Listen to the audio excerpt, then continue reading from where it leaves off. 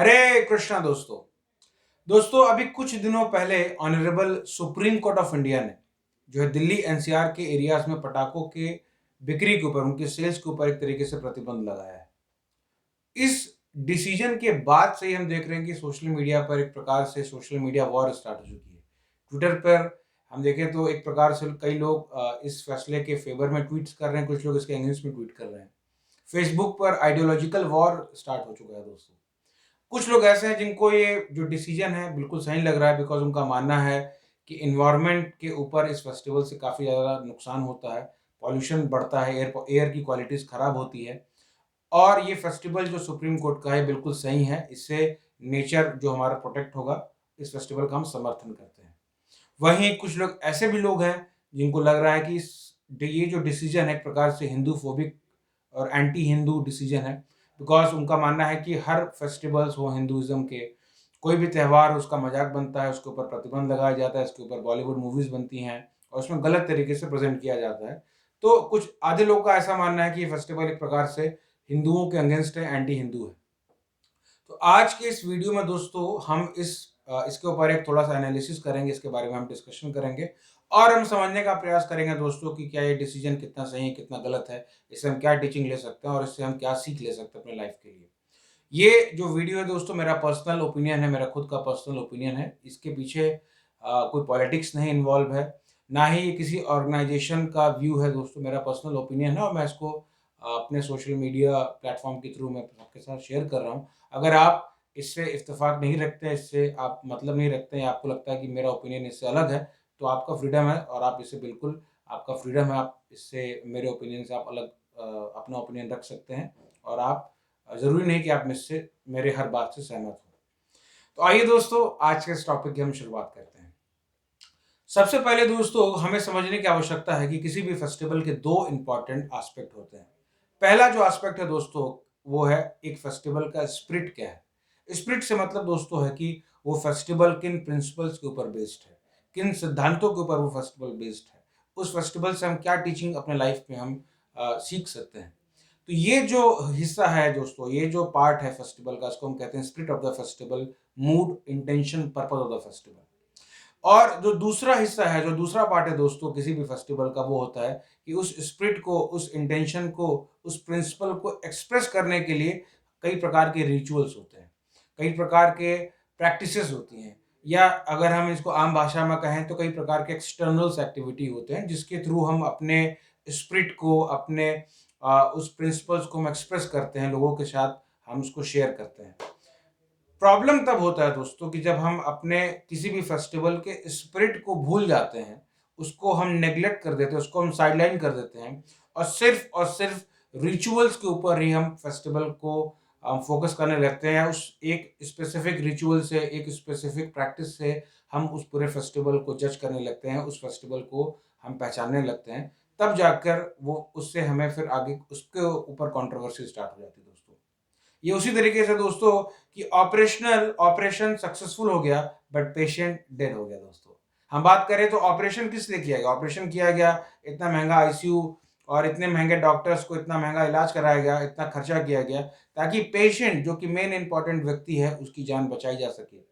But अगर हम पूरा का पूरा फोकस सिर्फ और सिर्फ ऑपरेशन के ऊपर कर दें और व्यक्ति को नेग्लेक्ट कर दें तो एक प्रकार से ये मूर्खता होगी दोस्तों। सेम जो केस है, सेम जो इंसिडेंट है दोस्तों, वैदिक फेस्टिवल के अंदर भी होता है कि अगर हम उसके रिचुअल्स के ऊपर हम बहुत ज़्यादा फोकस करने लगे, उसके एक्सटर्नल्स पे बहुत ज़्यादा फोकस करने लगे और उसके स्पिरिट को भूल जाते हैं, तब जाकर दोस्तों कंट्रोवर्सीज होती है, तब जाकर इसकी वजह से समाज में प्रॉब्लम्स होती है। अगर हम बात करें अपने फेस्टिवल दीपावली की बात करें दोस्तों, दीपावली मनाने के पीछे का जो उद्देश्य है, वो उद्देश्य है दोस्तों कि भगवान श्री राम जो कि परम पुरुषोत्तम भगवान है, जो कि सत्य, धर्म और दैवी गुणों को रिप्रेजेंट करते हैं। उन्होंने लंकापति रावण जो कि आसुरिक प्रवृत्ति का व्यक्ति है, उसके ऊपर भगवान श्री राम की विजय होती है। तो इस विजय, ये विजय भगवान श्री राम का विजय नहीं है, सिर्फ ये विजय है, सत्य की विजय होती है असत्य के ऊपर, धर्म की विजय हो रही है अधर्म के ऊपर और अच्छाई की जो जीत हो रही है बुराई के ऊपर। ये जो जीत है दोस्तों, इस जीत को हम एक्सप्रेस करते हैं दीपावली फेस्टिवल के थ्रू। जैसे अयोध्या वासियों ने, जब भगवान श्री राम जब वापस अयोध्या आते हैं तो इस खुशी को एक्सप्रेस करने के लिए उन्होंने प्रेम के दियो को जलाकर एक तरीके से दियों को जला के भगवान श्री राम का स्वागत किया था। ये उनका एक तरीका था, एक मीडियम था इसे एक्सप्रेस करने के लिए। इसीलिए इस फेस्टिवल का नाम पड़ता है दोस्तों दीपावली। दीपावली शब्द जो बना है वो दीप प्लस अवली शब्दों से मिलकर बना हो, मतलब ये एक प्रकार से कहा जाता है फेस्टिवल ऑफ लाइट या ये दियों का फेस्टिवल है। इसीलिए इस फेस्टिवल को हम कहते हैं दीपावली फेस्टिवल कहते हैं दोस्तों। ये इसके पीछे का उद्देश्य है। दीपावली या किसी भी वैदिक फेस्टिवल का उद्देश्य दोस्तों इसीलिए यही होता है कि समाज के अंदर किस प्रकार से सौहार्द को, किस प्रकार से सत्य को, धर्म को, प्रेम को, शांति को, भाईचारे को स्टैब्लिश किया जाए, इसको प्रोपेगेट किया जाए। ये हर फेस्टिवल का एक स्पिरिट होता है दोस्तों। समस्या तब आती है दोस्तों जब हम इस स्पिरिट को, इस मेन प्रिंसिपल को भूल जाते हैं और सिर्फ एक्सटर्नल के ऊपर हम फोकस करने लगते हैं। फॉर एग्जाम्पल एक्सटर्नल से मतलब दोस्तों कि हम जज करने लगते हैं, अच्छा दीपावली है, शर्मा जी का जो झालर है वो तो 30 मीटर लंबा है, उन्होंने चाइनीज झालर लगाया हुआ है, अच्छा उन्होंने तो पिछले साल वाला ही झालर लगाया हुआ है, अच्छा उनके घर पे तो नॉनवेज बना हुआ है, उनके कपड़े काफी अच्छे हैं, उनके घर पे मिठाई काफी अच्छी है, उनका पेंटिंग काफी अच्छा हुआ, उनका इंटीरियर काफी अच्छा हुआ। मतलब हम एक प्रकार से दीपावली के दिन या किसी भी फेस्टिवल के अंदर अगर हम सारे एक्सटर्नल एक्टिविटी को, जो कि ज़रूरत है, जो कि ज़रूरी है और जो कि उस स्पिरिट को, उस संदेश को एक्सप्रेस करने के लिए एक मीडियम है, सिर्फ और सिर्फ उसके ऊपर ही फोकस करने लगते हैं और मेन स्पिरिट को, जिसके बारे में अभी डिस्कस किया, प्रेम, शांति, सौहार्द, भाईचारे और इस संदेश को हम जब भूल जाते हैं दोस्तों, तब जाकर किसी भी फेस्टिवल की वजह से कंट्रोवर्सीज हमें दिखाई पड़ती है, मालूम पड़ती है। तो पॉइंट क्या है? पॉइंट है पटाखों का पॉइंट है। कोई कह सकता है कि पटाखों के यूज़ से भी तो हम अपने प्रेम को, हम अपने खुशी को व्यक्त कर सकते हैं। बिल्कुल कर सकते हैं और करना भी चाहिए। इसीलिए दोस्तों हम देखते हैं दोस्तों कि हमारे जो इंडियन सोसाइटी के अंदर शादियों के दिन लोग पटाखों को जलाते हैं, क्योंकि अपनी खुशी को एक्सप्रेस करते हैं। और इसको जलाने में कोई दिक्कत नहीं है, दीपावली के दिन में जलाने में कोई दिक्कत नहीं दोस्तों, बट ये डिपेंड करता है कुछ प्रैक्टिकल सिचुएशन के ऊपर। हमें प्रैक्टिकल सिचुएशन को भी देखना समझना बहुत आवश्यक है। प्रैक्टिकलिटी को इग्नोर नहीं हम कर सकते हैं दोस्तों। अगर फॉर एग्जांपल हम ऐसे एरिया में रह रहे हैं दोस्तों जहां पर पॉल्यूशन की कोई दिक्कत नहीं है, जहां पर हमारे पटाखे जलाने की वजह से किसी को कोई समस्या नहीं आएगी, किसी को कोई दिक्कत नहीं आएगा, नेचर को कोई ज्यादा प्रॉब्लम नहीं होने वाला है, तो हम वहां पर खुल के पटाखे जला सकते हैं, इसमें कोई बुराई नहीं है। बट अगर दिल्ली एनसीआर जैसे एरिया जहां पर पॉल्यूशन की ऑलरेडी काफी ज्यादा समस्या है, अगर वहां पर अगर हम पटाखों का इस्तेमाल करते हैं सिर्फ अपने ईगो को सेटिस्फाई करने के लिए, फेस्टिवल को एक्सप्रेस करने के लिए, सिर्फ अपने ईगो को सेटिस्फाई करने के लिए कि मैं पटाखा जलाऊंगा, देखता हूँ को मेरा कोई क्या कर लेगा। और सपोज करिए दोस्तों इसकी वजह से, मैं क्रूड एग्जांपल दे रहा हूँ कि इसकी वजह से मान के चलिए कि किसी हिंदू का ही डेथ हो जाता है, कि आप और मुझ जैसे जो सनातन धर्म को मानने वाले लोग, अगर हमें ही अगर एयर पॉल्यूशन हो जाता है, तो इससे सनातन धर्म की और हिंदू धर्म की क्या रक्षा हो पाए? कोई रक्षा नहीं हो पाएगी दोस्तों, उल्टे उससे उल्टा नुकसान होगा। तो प्रैक्टिकल सिचुएशन को देखते हुए अगर हमारे आसपास, हमारे सोसाइटी में अगर पॉल्यूशन की उतनी ज़्यादा विकट समस्या नहीं तो पटाखों को हम जला सकते हैं, बट अगर वहीं पटाखों को जलाने से दिक्कत है तो हमें इसके इस्तेमाल से बचना भी चाहिए। तो हम उस दिन जो है दोस्तों जो हमें मेन फोकस करना चाहिए कि जो स्पिरिट है फेस्टिवल का उसको कैसे हम रिवाइव कर रहे हैं, उसको, उसकी जो मेन प्रिंसिपल्स हैं उसको किस प्रकार से अपने जीवन में हम उसको अपनाएं, उसको फॉलो करें। हम अपने घर में लक्ष्मी पूजा कर सकते हैं, घरों की साफ सफाई कर सकते हैं और सबके साथ, फैमिली मेंबर्स के साथ मिलकर दीपावली मना सकते हैं।